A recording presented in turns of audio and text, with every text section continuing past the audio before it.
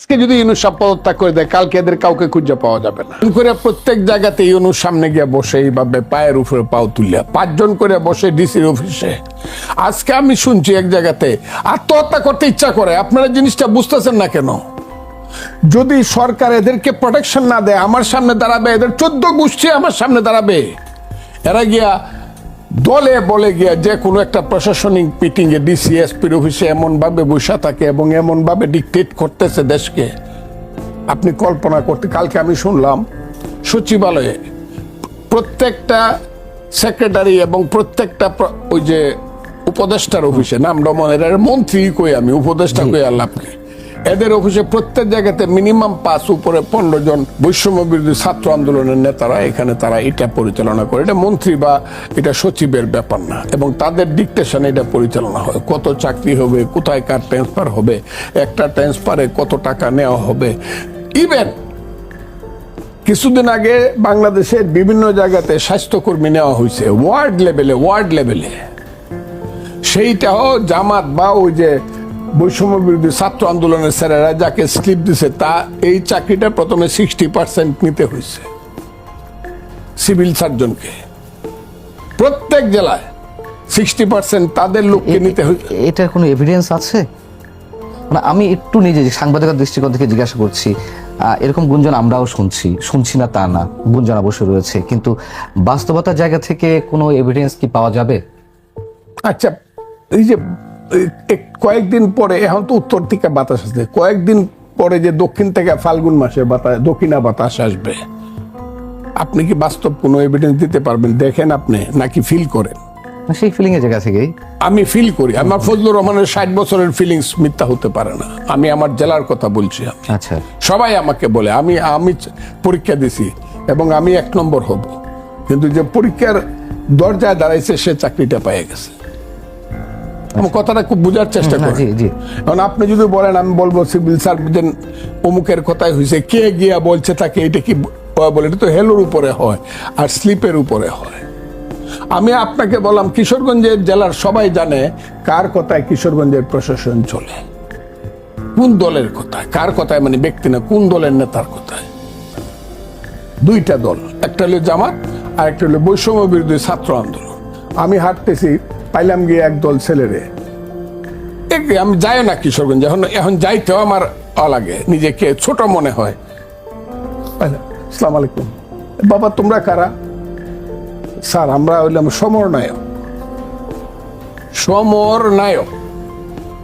সমন্বয়ক কথাটাও বলতে পারে না, তাই নাকি? সমন্বয়ক।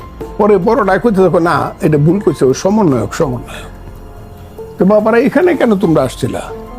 ডিসি সাহেবের সাথে মিটিং ছিল। কোন ক্লাসে পড়ো? ফার্স্ট ইয়ারে কলেজে পড়ে, গুরুদয়াল কলেজ কিশোরগঞ্জ। একটা ছেলে যদি কলেজে ফার্স্ট ইয়ারে বৈশা, আমি তো ওখান থেকে বিএ পাস করে আসছি কিশোরগঞ্জ থেকে। আমি যখন বিএ পাস করি, 2 জন ছিল পাঞ্জাবি এসডিও, 2বার বদল হয়েছে। আর কয়েকজন ছিল, রাফিল করিমের মতো এসডিও ছিল কিশোরগঞ্জে, খসরুজ্জামানের মতো যারা মুক্তিযোদ্ধা ছিল তারা এসডিও ছিল কিশোরগঞ্জ। আমি তা দরজায় গেছি না ডরাইয়া, ছাত্রলীগের জেনারেল সেক্রেটারি জেলার, আমি দরজায় গেছি না ডরাইয়া। আর এরা ফার্স্ট ইয়ারে পড়ে গিয়া ডিসি সাহেবের সাথে বৈশা প্রজেক্টের আলাপ করে, বা ডিসি সাহেব আপনি অমুককে নাকি কি কইছেন, বদলি হয়েছে, আপনি কিন্তু এরকম করতে পারবেন না, করলে কিন্তু আপনার নামে ব্যানার হবে, আপনার নামে কিন্তু ওয়ালে লেখা হবে, আপনি এখানে থাকতে পারবেন না। জানতে চান আমাদের বড় ভাইয়ের নাম? আমি আপনাকে খুব ক্লিয়ারলি বলি, এই যে বড় ভাইরা এখানে বসে আছে, যদি তাদেরকে এইভাবে সরকারি সহযোগিতা দিয়ে দল করা হয় কিংস পার্টি, অবশ্যই এটা বিরোধিতা হবে।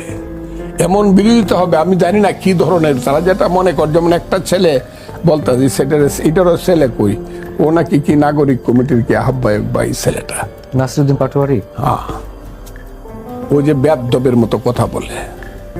আল্লাহ এই বেয়াদবের হাত থেকে, এই বেয়াদবদের হাত থেকে এই দেশ উদ্ধার হওয়া দরকার। শোনেন, আমার ঈদের দিন আমার একটা ভাই, আপন ভাই হোক আর চাস্তো ভাই হোক আর ভাই হোক, যদি আপনি একটু শুনেন, 1 বছরের বড় হলে তাকে আমি সালাম করি। একজন মাস্টার সাহেব যাইতেছে রাস্তা দিয়ে, প্রাইমারি স্কুলে আমার পড়াইছে, আমি কলেজে, অত বড় নেতা দৌড়ায় গিয়ে স্যার সালাম করি। আমাকে উনি যেহেতু সরায়ের শহীদ দীর্ঘই পড়াইছে, একজন মুরব্বী যাইতেছে লাভ মেরে চেয়ার থেকে উঠে যায়, একজন বড় ভাই যাইতেছে সিগারেটটা লুকায় ফেলে। এটা আমাদের কালচার। যত কথাই বলেন, এটা না হলে এই দেশ থাকবে না। এটা বাঙালি জাতির বা আমাদের বাংলাদেশের মানুষের সেই জায়গাতে দাঁড়ায় এখন বেয়াদব।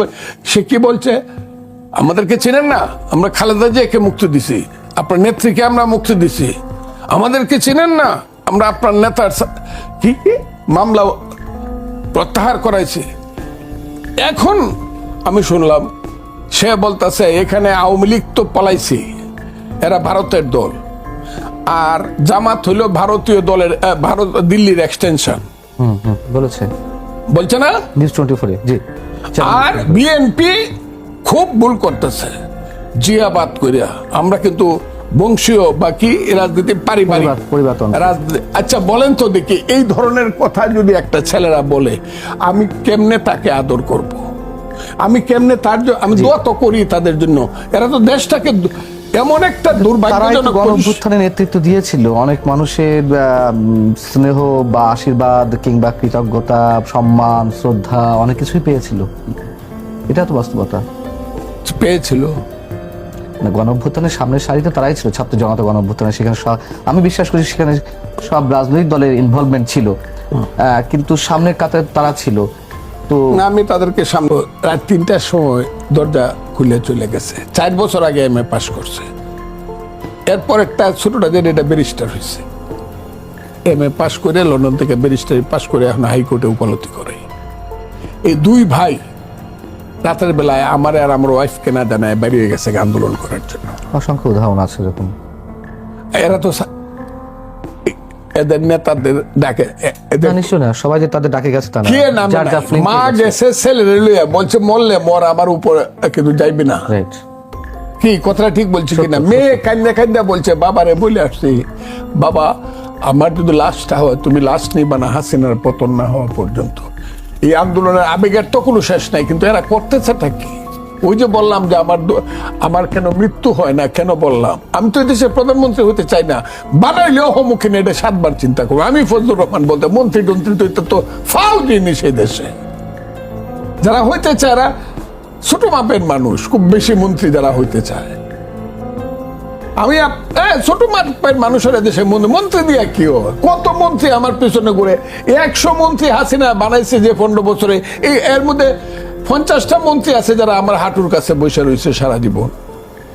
কিসের মন্ত্রী? যে দেশে এই ধরনের ফাউ মানুষরা মন্ত্রী হয়ে গেছে। আমি আপনাকে ইলেকশন একটা হওয়া প্রয়োজন কেন জানেন? এই ছেলেরা জানে না, ইউনূস সাহেবও জানে কিনা জানে না, উনি আমেরিকাতে ছিলেন 1971 সালে। একটা ভোটের জন্য এই দেশে যুদ্ধ হয়েছে। 70 সনের 7ই ডিসেম্বর সারা বাংলার মানুষ, সারা পাকিস্তানে ভোট হয়েছে, সারা বাংলার মানুষ বঙ্গবন্ধু শেখ মুজিবের নেতৃত্বে আওয়ামী লীগকে ভোট দেওয়া পাকিস্তানের মেজরিটি 160টা সিট দিয়েছে। 162 নুরুল আমিন আর ত্রিদীপ রায় ছাড়া বাংলার 160টা সিট দিছে। সেই রায় যখন মেজরিটি হয়ে গেল, শেখ মুজিব এহিয়া খান মানে নাই, ভুট্টোরা মানে নাই। সেই রায় যদি মানত যুদ্ধটা তো হইতো না, তখন অন্তত হইতো না। রায় মানে নাই বলে ভোটের রায় মানানোর জন্য 30 লক্ষ লোক জীবন দিছে, গণতন্ত্রের রায় মানানোর জন্য। আমার কথাটা খুব বোঝার চেষ্টা করে। এই ছেলেরা গণতন্ত্রের কথা, ভোটের কথা কইলে কয় আমরা কি ভোটের জন্য এত রক্ত দিছি? আমি যদি জিজ্ঞাসা, এই ছেলেরা ভোটের জন্য রক্ত দিছ না, তোমাদের 3 জনকে মন্ত্রী বানানোর জন্য দেশের মানুষ রক্ত দিছে। ভোটটাই হতে হবে। এই জনগণ হলো দেশের মালিক, 18 কোটি মানুষ, তারা নির্ধারণ করবে এই দেশের দায়িত্ব কারা পালন করবে। এটা যারা মানে না, সুষ্ঠু প্রক্রিয়া নির্বাচন হতে গেলে মিনিমাম কিছু সংস্কার তো প্রয়োজন রয়েছে। কোনটা? মিনিমাম কিছু সংস্কার, নির্বাচন ব্যবস্থা বা পুলিশ। আমি আলী রিয়াজের মতো লোকদের সংস্কার আমি চাই না। আমি আলী রিয়াজের চেয়ে 7 বছরের বড়।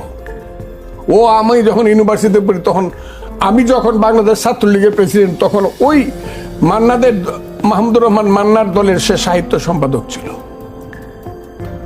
লেখাপড়ায় ভালো, আমি তাকে অসম্মান করতেছি না, কিন্তু যে আলী রিয়াজ 40 বছর যাবৎ দেশের বাইরে চলে গেছে, সে আমার দেশের সংবিধান বদলায় দিব। আর এই আনিস ভাইয়ের মতো লোকের, অ্যাজ ফর এক্সাম্পল, আমার কথাটা বুঝেন, কিন্তু সে আমেরিকার নাগরিক, তার সংবিধান বদলান আমি মানি না। আর যে প্রথমে মায়ের নামটা বদলায় দেয়, এটা কোনো সংস্কার না, এটা কুসংস্কার। যে বাংলাদেশের নামটা যে বদলায় দেয়, প্রথমেই সংস্কার করতে গিয়া সে গন্ডগোল লাগাইতে চায়, দেশে যুদ্ধ লাগাইতে চায়। মুক্তিযোদ্ধারা জীবিত থাকতে বাংলাদেশের নাম এবং বাংলাদেশের যে স্তম্ভ আছে, মূলনীতি, এগুলা বদলাইতে অবশ্যই নির্বাচন লাগবে এবং 2/3 মেজরিটি লাগবে এবং গণভোট করতে হবে। না হলে আলী রিয়াজের কথার উপরে এই দেশের স্তম্ভ বা এই দেশের মূলনীতি বদলে যাবে না। এইগুলো তো অপসংস্কার করতেছে। দুইটা জিনিস, দুইটা শব্দ খুব আনপপুলার হবে আগামী দিনে মানুষের কাছে। এক, সংস্কার; দুই, সমন্বয়ক। আমি বললাম আপনাকে যদি না হয় তাহলে আমার 60